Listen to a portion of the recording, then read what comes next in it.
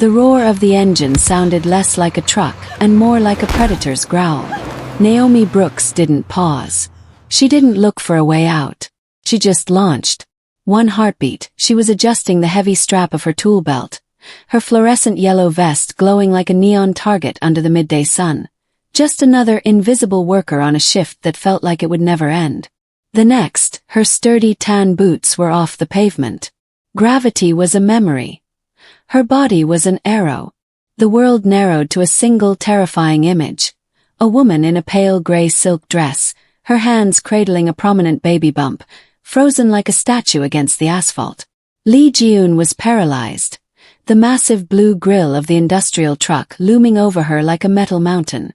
Naomi's shoulder collided with Ji-eun's side a fraction of a second before the impact. They hit the road in a chaotic blur of neon yellow and soft gray silk. The truck thundered past, a wall of blue steel so close that the wind from its passage nearly ripped the breath from Naomi's lungs. She felt the searing heat of the radiator, the grit of kicked-up asphalt stinging her skin, and the terrifying vibration of 10 tons of death missing them by an inch. Naomi rolled, her body a shield, taking the brunt of the rough road. Pain flared white-hot through her side, but she didn't let go. "I've got you," Naomi gasped, her voice thick with dust and adrenaline, clutching the shaking woman to her chest. "I've got both of you. Don't look back." The antiseptic smell was the first thing to hit her, but it wasn't the sharp, stinging scent of a standard clinic. It was faint, masked by the expensive powdery aroma of fresh lilies and high-end floor wax. Naomi opened her eyes, but the world was a blur of cream-colored ceilings and soft, recessed lighting. Her ribs felt like they had been laced together with hot wire, and every breath was a shallow, guarded victory. As her vision cleared, Naomi realized she wasn't in the cramped, noisy emergency room she expected. She was lying in a bed with thread count so high it felt like silk against her skin. The room was massive. Floor-to-ceiling windows overlooked the city skyline, and the furniture was polished mahogany, not cold plastic. "Where?"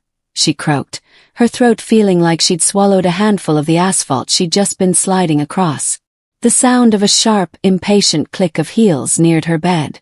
A nurse appeared, but she didn't look like the tired, overworked healthcare heroes Naomi was used to. This woman was pristine, her uniform starched to a razor edge, her expression one of deep, simmering annoyance. She didn't check Naomi's vitals. She checked the chart at the foot of the bed with a look of pure disdain. "Oh, you're finally awake," the nurse said, her voice clipped and cold. She looked Naomi up and down, her eyes lingering on the dirt still under Naomi's fingernails and the way her dark, braided puff looked against the designer pillowcase. "There has been a massive clerical error. I don't know how a worker like you ended up in the platinum wing, but we need this suite cleared immediately." Naomi tried to sit up, but a jagged spike of pain in her side forced her back down with a gasp. There was a truck. The lady, is she okay?" The nurse ignored the question, reaching down to unhook the 4-line with a rough, practiced hand. "That isn't your concern. What is your concern is that this floor is reserved for the city's elite. The board of directors is already asking questions. We're moving you to the observation ward in the basement. It's more suited to your insurance level." "Wait," Naomi winced, her voice gaining a flicker of its usual strength. "I can't move yet. My head is spinning." "You'll manage," the nurse snapped, signaling to 2 orderlies waiting by the door. "You should be grateful we cleaned you up at all. People in yellow vests don't usually get to see the 20th floor unless they're fixing the plumbing. Let's go. We have a truly important patient arriving, and I won't have this room smelling like a construction site." The orderlies stepped forward, their hands reaching for the wheels of her bed. Naomi felt a surge of the old, familiar humiliation, the weight of being invisible even when she was broken. She had put her life on the line, had felt the hot breath of death on her neck to save a stranger, and yet, to these people, she was just a smudge on their pristine floor. The bed jolted as they unlocked the brakes. Naomi gripped the side rails, her knuckles ashy against the metal. They were pushing her toward the door, toward the service elevator, ready to tuck her away in the dark corners of the hospital where the unimportant people went to heal or be forgotten. But as the door swung open to the hallway, the air in the corridor suddenly changed. The bustling sounds of the hospital died instantly. The orderlies stopped dead in their tracks. The nurse, who had been sneering at Naomi, suddenly went pale, her hand flying to her throat. A wall of men in tailored black suits was moving down the hall like a slow-moving tide, silent and terrifyingly synchronized. At the center of the phalanx was a presence that felt heavier than the truck that had nearly killed her. Naomi watched, breathless, as the sea of black suits parted. The man leading them wasn't looking at the doctors or the nurses. His eyes, cold as flint and twice as hard, were locked directly onto Naomi's. The heavy silence in the corridor felt like a physical weight, pressing the air out of the room. The nurse stood frozen, her hand still gripped tightly around the metal rail of Naomi's bed. Her previous arrogance replaced by a frantic, wide-eyed terror. The orderlies stepped back, bowing their heads so low they seemed to want to disappear into the floor tiles. Through the gap in the phalanx of suits, a woman emerged. It was her. Lee June. She was still wearing the minimalist gray silk dress from the street, though the hem was stained with oil and the delicate fabric was torn at the shoulder. Her perfectly styled bob was disheveled, a few strands matted with the dust of the crash, but she moved with a quiet, ethereal grace that commanded the entire floor. The nurse found her voice, though it came out as a desperate, high-pitched warble. "Madam, I'm so sorry for the disturbance. We were just moving this person out of your way. We are preparing the suite for your comfort immediately." The nurse reached out to push Naomi's bed further into the hallway, as if trying to hide a piece of trash before a queen arrived. Ji-eun didn't look at the nurse. She didn't even acknowledge the woman's existence. Her eyes were fixed solely on Naomi. The moment their gazes met, Ji-eun's composure broke. A soft, jagged sob escaped her lips, and she lunged forward, not toward the luxury chair or the waiting medical staff, but straight to the side of Naomi's bed. Before the nurse could react, Ji-eun reached out and grabbed Naomi's hand. Her palms were shaking, her skin cold against Naomi's feverish warmth. She sank to her knees right there on the hospital floor, the same floor the nurse had claimed Naomi was too lowly to occupy. You stayed," Ji-eun whispered, her voice trembling with an intensity that silenced the room. "The truck. I saw it. I couldn't move. My legs wouldn't work." Large, hot tears began to track through the dust on Ji-eun's cheeks, falling onto Naomi's bruised knuckles. She pressed Naomi's hand against her own face, then lowered it to rest gently, reverently, against her pregnant stomach. "He is kicking," Ji-eun sobbed, a broken but beautiful smile flickering through her grief. "He is alive because you were brave. You didn't even know my name, and you gave me your body as a shield.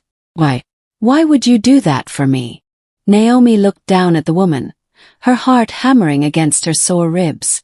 She saw the vulnerable elite she had rescued, but she didn't see a boss's wife or a social superior. She saw a mother. She saw the person she had held in the dirt while the world screamed around them.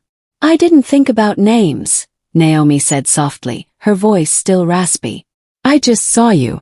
I wasn't going to let that truck touch you." June squeezed her hand, her eyes flashing with a sudden, fierce protectiveness. She finally looked up at the nurse, who was trembling so hard her nursing cap was askew. "You were moving her." Ji-eun's voice had turned from velvet to ice. It wasn't loud, but it carried the authority of an empress. We insurance protocols, madam," the nurse stammered, her face turning a sickly shade of gray. "This woman is my sister in blood now," Ji-eun said, rising slowly to her feet but never letting go of Naomi's hand. "She saved the heir to the Kwon family. If she leaves this room, if she is treated with anything less than the highest honor, I will ensure this hospital is leveled to the ground." She turned back to Naomi, her expression softening instantly back into raw gratitude. "You are not going anywhere, Naomi Brooks. From this moment on, you are the most important person in this city." Behind Ji-eun, the shadows of the men in black suits shifted, and the heavy rhythmic thud of a single pair of handmade leather shoes began to approach the door. The rhythmic click of the nurse's trembling heels was replaced by a sound far more absolute, the heavy, synchronized thud of polished leather on tile. It wasn't just a walk, it was a march. As the footsteps drew nearer, the very atmosphere of the VIP wing seemed to thin, the oxygen replaced by a cold, metallic tension that made the hair on Naomi's arms stand up. The medical staff scrambled back, lining the walls like ghosts, their breath held in collective terror. Then he appeared in the doorway. Kwon Sang-wook didn't just enter the room. He occupied it. He was a tall, imposing figure draped in a suit the color of a midnight eclipse. His presence so vast that the spacious luxury suite suddenly felt small. His face was a mask of razor-sharp angles and eyes that looked like they had been forged in the coldest depths of the sea. There was no warmth in him, only a terrifying, focused gravity. The nurse, still clutching the edge of Naomi's bed, looked as though she might faint. She tried to stammer a greeting, but the words died in her throat as Sang-wook's gaze swept the room. He didn't look at the doctors. He didn't look at the expensive equipment. His eyes moved with predatory precision until they landed on the side of his wife, Ji-eun, kneeling on the floor, her tear-stained face pressed against the hand of a woman in a neon safety vest. For a heartbeat, the mask slipped. A flicker of raw, jagged agony crossed Sang-wook's features before being replaced by a terrifying, quiet fury. He moved across the room in 3 long, silent strides. He didn't offer a hand to his wife to help her up. Instead, he placed a possessive, heavy hand on her shoulder, anchoring her, before his eyes locked onto Naomi. Naomi felt the pressure of his gaze like a physical weight on her chest. She had faced a 10-ton truck without blinking, but the man standing over her felt infinitely more dangerous. He was the shadow that ruled the city, the king of a world built on blood and loyalty, and right now, his entire world was centered on the bruised woman in the bed. "You," he said. His voice was a low, gravelly resonance that seemed to vibrate in Naomi's very bones. It wasn't a question. It was a realization. "My lord," the nurse finally squeaked, dropping into a deep, shaking bow. We were ensuring the room was ready for your arrival. We were moving this woman to another, appropriate location." Sang-wook didn't turn his head. He didn't even acknowledge that she had spoken. He simply raised a single gloved hand, a tiny gesture that caused 2 of the suited men at the door to move forward like shadows. Without a word, they gripped the nurse's arms. Her protests were cut off by the sheer terror of their touch as they began to drag her toward the exit. "Appropriate," Sang-wook repeated, the word sounding like a death sentence. He finally looked at Naomi's battered safety vest, which lay discarded on a nearby chair, its fluorescent yellow stained with the grease of the truck. "This woman's blood is on the street because she stood where I should have been standing. She protected what was mine when I was not there to do it." He stepped closer, the scent of expensive tobacco and cold rain clinging to him. He looked at Naomi's dark skin, her messy braids, and the defiant, steady way she met his gaze despite her pain. The air in the room grew even heavier as he slowly, deliberately, lowered his head in a shallow but unmistakable bow of respect. "Naomi Brooks," he said, his voice dropping to a whisper that carried more power than a shout. "You have placed a debt upon the Kwon family that can never be fully repaid. In this city, people see your vest and think you are nothing. They are fools. From this second, you are the most protected soul in this country. My shadow is now your shadow." Naomi watched him, her heart thudding against her aching ribs. She had spent her life being invisible, a ghost in a yellow vest. But as the most feared man in the country stood over her, she realized the world she knew was gone. The crash hadn't just broken her bones, it had shattered the wall between her life and his. The silence that followed Sang-wook's declaration was heavy, thick with the scent of sterile air and the unspoken weight of a life lived in the shadows. He didn't step away. Instead, he pulled a chair toward the bed, a simple action that felt like a king descending his throne to sit with a commoner. Ji-eun remained at Naomi's other side, her fingers still interlaced with Naomi's, a lifeline between two women from different worlds. Sang-wook leaned forward, his elbows resting on his knees. The cold flint in his eyes hadn't vanished, but it had sharpened into something more intimate. "You think you were in the middle of a tragic accident, Naomi Brooks," he began, his voice dropping to a low, dangerous vibration. "You think a mechanical failure or a tired driver sent that blue beast toward my wife." Naomi swallowed hard, the movement pulling at the bruised muscles in her neck. It looked like he lost control. The speed, he wasn't slowing down. He wasn't slowing down because his foot was welded to the floor, Sang-wook countered, a dark smirk ghosting his lips, a look that promised violence. The driver was a dead man the moment he turned the key. The brakes were cut, yes, but the steering was locked by a remote signal. It wasn't an accident. It was an execution. One intended to leave me with nothing but a funeral and a broken heart. Ji-eun flinched, her grip tightening on Naomi's hand. Naomi felt a chill run down her spine that had nothing to do with the hospital's air conditioning. She hadn't just saved a woman. She had jumped into the path of a professional hit. She had interfered with a war. "Director Shin," Sang-wook said, the name sounding like a curse. "He thought he could strike at my legacy because he is too cowardly to face me in the light. He calculated the speed, the angle, and the impact. He accounted for everything, except for a woman in a yellow vest who refused to let the world be cruel." He reached out, his gloved fingers hovering just inches from Naomi's hand.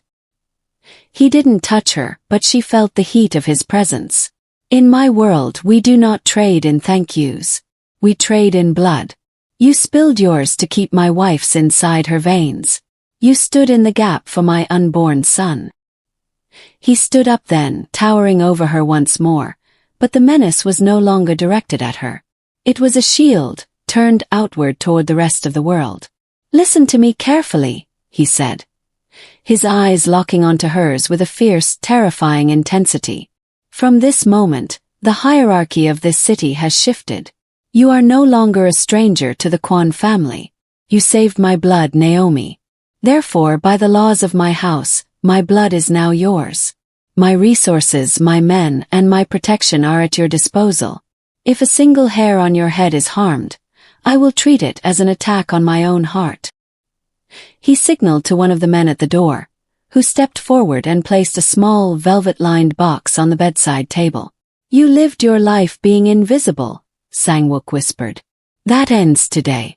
You are now the most visible person in this city, and God help the man who looks at you with anything less than fear and respect." Naomi looked from the powerful man to his grateful wife, then down at her own scarred, hard-working hands. She had only wanted to do the right thing. She had only wanted to save a life. But as Sang-wook turned to give a low-voiced command to his lieutenants, she realized she hadn't just survived a crash. She had been reborn into a kingdom of shadows, and there was no going back to the girl in the safety vest.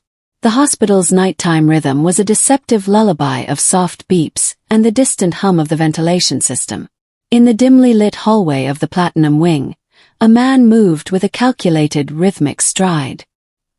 He wore a crisp white lab coat, a stethoscope draped around his neck, and a surgical mask that obscured the lower half of a face that was as unremarkable as a shadow. Under his arm, he carried a patient chart, but tucked into the waistband of his trousers was a suppressed 9mm handgun, the final punctuation mark for the failed job on the street. Director Shin didn't tolerate loose ends, and Naomi Brooks was the loosest end of all. She was the witness, the variable, the woman who had turned a guaranteed kill into a public miracle. The assassin rounded the corner to Naomi's suite, his eyes scanning for the usual hospital security, old men in ill-fitting polyester uniforms. But as he approached room 2002, the air suddenly grew thick with an unspoken lethal energy. Standing on either side of the heavy oak doors were two men who didn't belong in a house of healing. They weren't wearing scrubs or security badges. They wore tailored black suits that strained against broad shoulders, and their hands were clasped in front of them with disciplined patience. But it was the ink that gave them away. Creeping up from beneath their starched white collars and wrapping around their throats were the intricate, dark scales of dragon tattoos, the unmistakable mark of the Quan Syndicate's elite guard. The assassin hesitated for a fraction of a second, his heart hammering a frantic rhythm against his ribs. This wasn't a hospital room anymore. It was a fortress. "Doctor," one of the guards said, his voice a low, gravelly warning. He didn't move, but his eyes, cold and unblinking, tracked the assassin's every micro-movement. "Shift change isn't for another hour. Dr. Choi is the only one cleared for this floor tonight." The assassin forced his eyes to stay level, his hand twitching toward the chart. "I'm the consulting neurologist. Dr. Choi requested an urgent scan review for the patient's head trauma." The second guard stepped forward, the light catching the silver glint of a dragon head ring on his finger. He didn't ask for ID. He simply tilted his head, listening to a hidden earpiece. The hallway seemed to shrink, the walls closing in on the intruder. Inside the room, Naomi lay in the dark, her eyes wide. She couldn't see the hallway, but she could feel the shift in the atmosphere, the way the quiet had turned from peaceful to predatory. She gripped the edge of her silk sheets, her breath hitching. She had lived her life in a world where a yellow vest meant you were ignored. Now she was in a world where men were willing to kill and die just to stand near her door. "There is no urgent scan," the first guard stated, his voice now devoid of any human emotion. "And you aren't a doctor. Your gait is too heavy on the heels, and you're sweating in a climate-controlled hall." The assassin realized his mistake too late. He had prepared for a hospital, but he had walked into a war zone. As he reached for the weapon at his waist, the two guards moved with a terrifying, synchronized speed. One grabbed his wrist, the bone snapping with a sickening pop that echoed in the quiet hall, while the other drove a knee into his solar plexus, folding him like a piece of paper. There was no shouting, no alarm.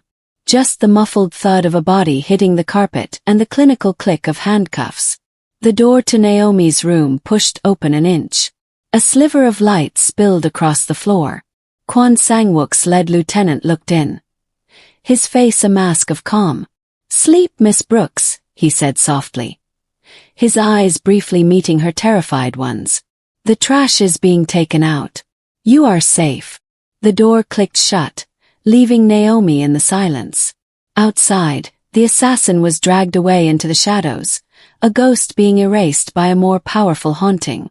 Naomi stared at the ceiling, realizing that the debt of blood Sang-wook spoke of wasn't just a promise of luxury. It was a vow of iron and bone. The transition from the sterile silence of the VIP wing to the cold, industrial darkness of the hospital's subbasement was jarring. Naomi felt the wheelchair's tires vibrate over the uneven concrete as the elevator doors hissed shut behind them.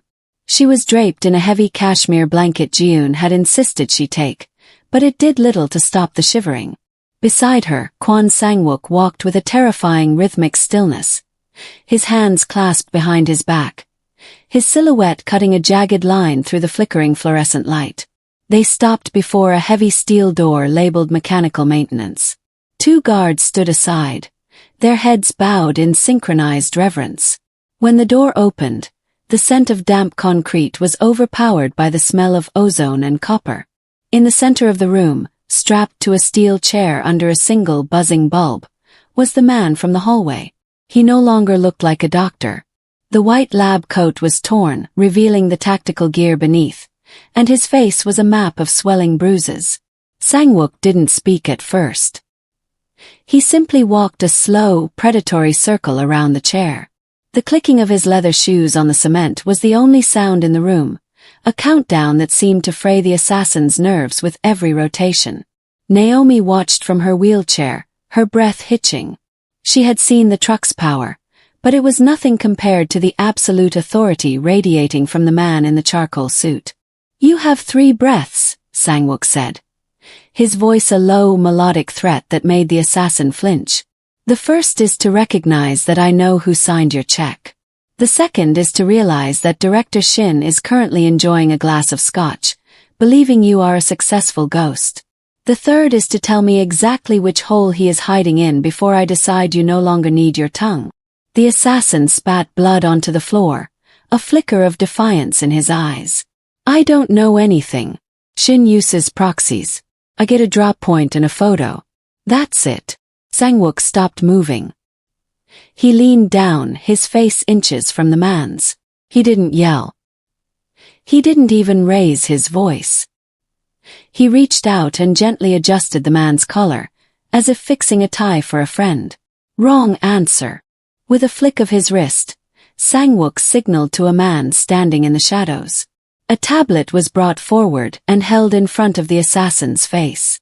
On the screen was a live feed of a small, quiet house in the suburbs. A woman was hanging laundry in the backyard, a child playing at her feet. The assassin's bravado vanished instantly. His face went gray, the color of wet ash. No, he whispered. They have nothing to do with this. Neither did my wife, Sang-wook hissed, his voice finally cracking like a whip. Neither did the life growing inside her. Director Shin tried to erase my future. Why should I allow yours to continue? Naomi gripped the armrests of her chair, her knuckles white. She saw the raw, absolute power of the man who had claimed her as his own. It was a world of brutal mathematics. An eye for an eye, a life for a life. She felt a surge of fear, but beneath it, a strange, dark sense of security. This was the man standing between her and the monsters of the city. The harbor, the assassin choked out, his spirit breaking like glass. The old cold storage facility on Pier 9.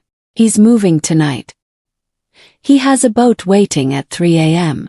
Please, leave them out of it.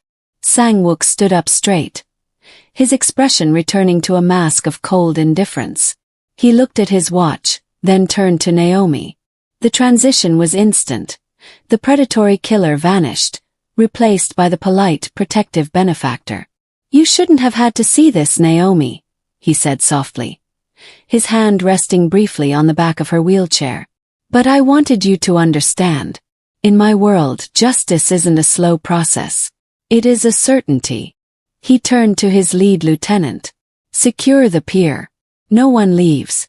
And see to it that our friend here is moved to a location where he can contemplate his career choices in total darkness. As they rolled back toward the elevator, Naomi looked over her shoulder at the man in the chair. She was a street cleaner who had lived by the rules of the light. Now, she was the guest of honor in the heart of the shadow.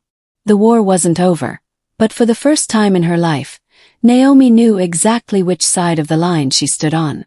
The transition from the quiet, clinical air of the hospital to the jagged, industrial wind of the harbor happened in a heartbeat.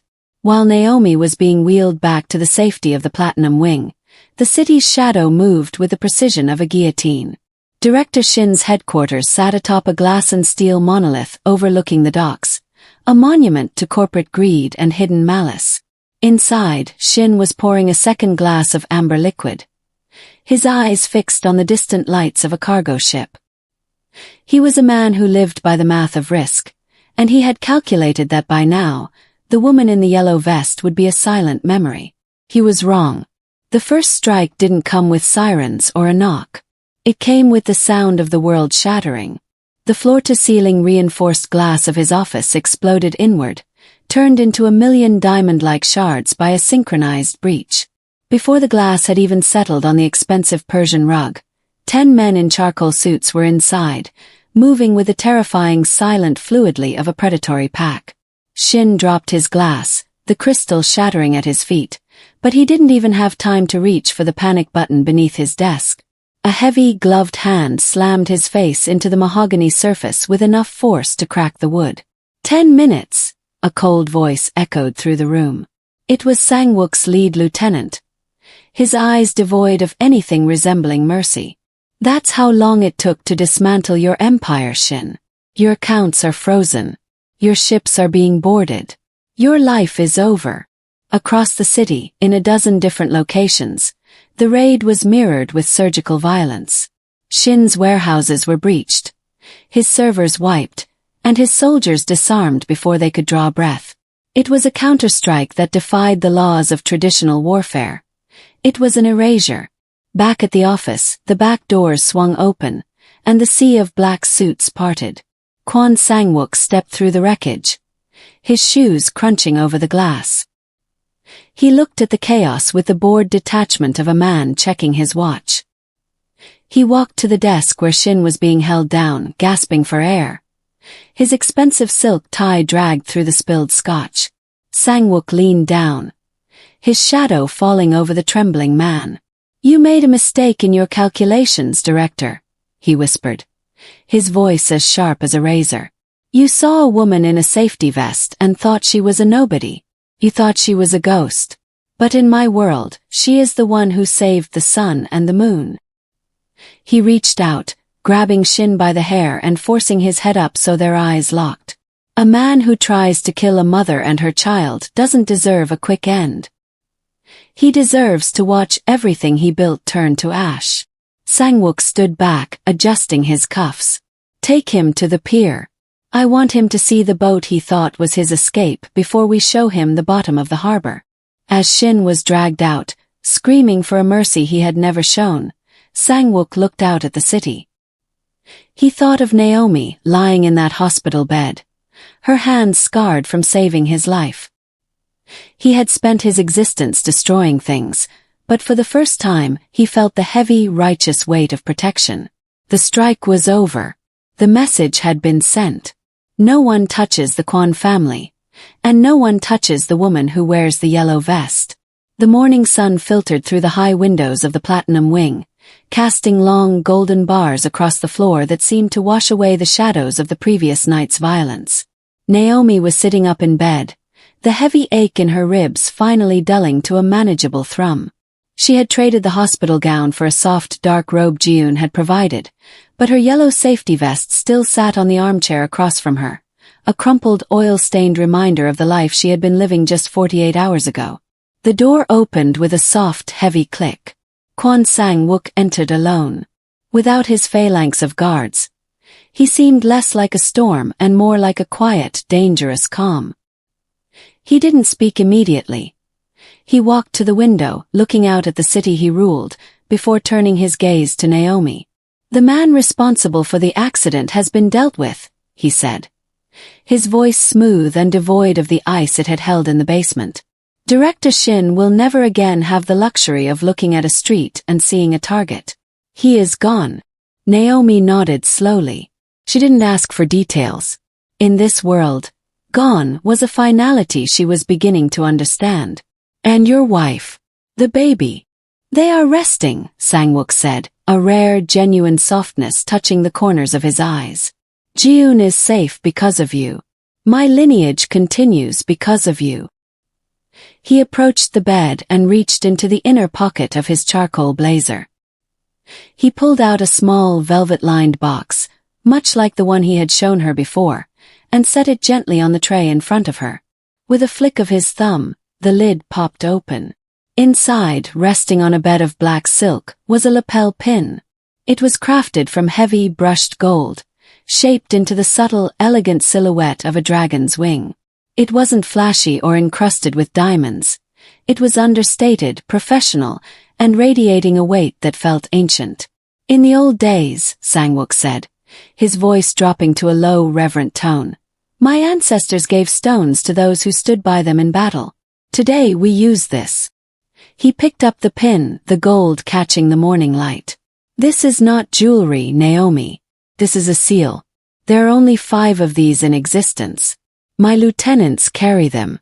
My wife carries one. And now you will carry the 5th. He leaned in, his expression intensely serious. "In this city, there are people who will see your face and try to push you back into the shadows. There are men who will think you are unprotected because you do not have a title or a fleet of cars. But anyone who sees this pin, be they a politician, a police chief, or the lowliest thug in an alleyway, will know exactly whose blood you represent. They will know that to touch you is to invite the total wrath of the Kwon family." He reached out and pinned the golden wing to the lapel of her robe.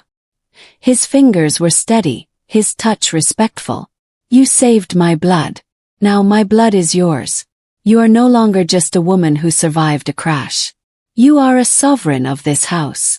Naomi looked down at the small piece of gold. It felt heavy against her chest, a physical anchor to a world of power she had never asked for, yet one that had claimed her with a fierce, unbreakable loyalty. For the first time since the truck had roared toward her, the fear in her stomach vanished, replaced by a strange, soaring sense of belonging. "Thank you," she whispered. Sangwook stood straight, offering her a sharp, respectful nod. "Do not thank me for what you have earned, Naomi Brooks. The city is yours now. I suggest you get some rest. Tomorrow, the world will finally see you." The morning air was thick with a familiar smell of exhaust and damp pavement as Naomi stepped out onto the corner where her life had almost ended.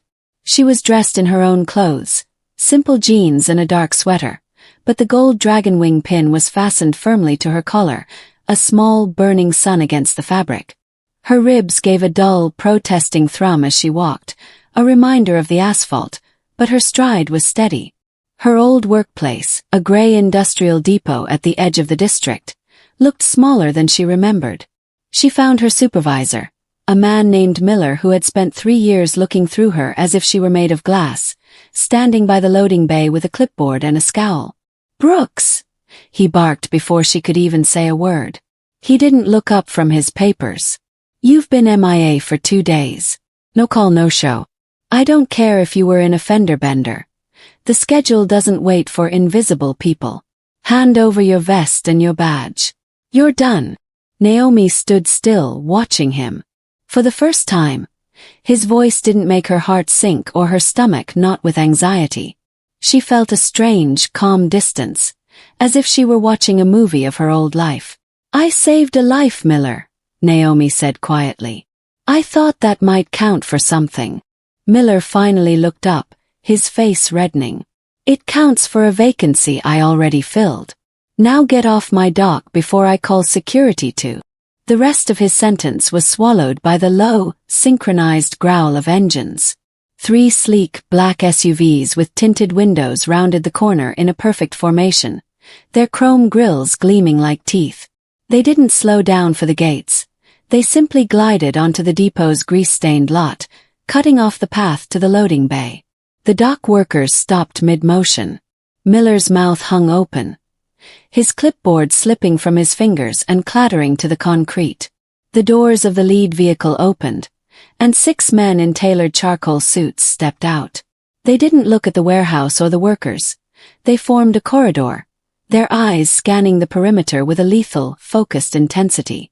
At the center was the lead lieutenant Naomi recognized from the hospital. He walked straight toward the dock, ignoring Miller entirely, and stopped 2 paces in front of Naomi. He bowed deeply, a sharp, respectful angle that sent a ripple of shock through the crowd. "Miss Brooks," the lieutenant said, his voice carrying clearly in the sudden silence. "The chairman and Madame Jiun are waiting. The gala begins in an hour, and they refuse to start the celebration without the guest of honor." Naomi looked at Miller, whose face had gone from red to a ghostly, ashen gray. His eyes were fixed on the gold pin on Naomi's collar, then at the men who looked capable of dismantling the building with their bare hands. I didn't know," Miller stammered, his voice cracking. "Naomi, wait, we can talk about the shift. I can give you a promotion, Naomi reached into her pocket, pulled out her old work badge, and placed it on the edge of the dock. "Keep it, Miller. I've realized I'm not invisible anymore." She turned and walked down the steps, her boots clicking with a new, ironclad confidence. The lieutenant opened the door of the middle SUV for her, shielding her head with a gloved hand as she slid into the scent of expensive leather and silence. As the motorcade pulled away, leaving the depot in a cloud of dust, Naomi looked out the window. She saw her old street, her old life, and the spot where she had bled in the dirt. She was going to a gala in a world of silk and shadows, but she wasn't going as a servant or a worker. She was going as a legend. The woman in the yellow vest was gone, and in her place sat a woman who had saved a kingdom, and finally learned her own worth.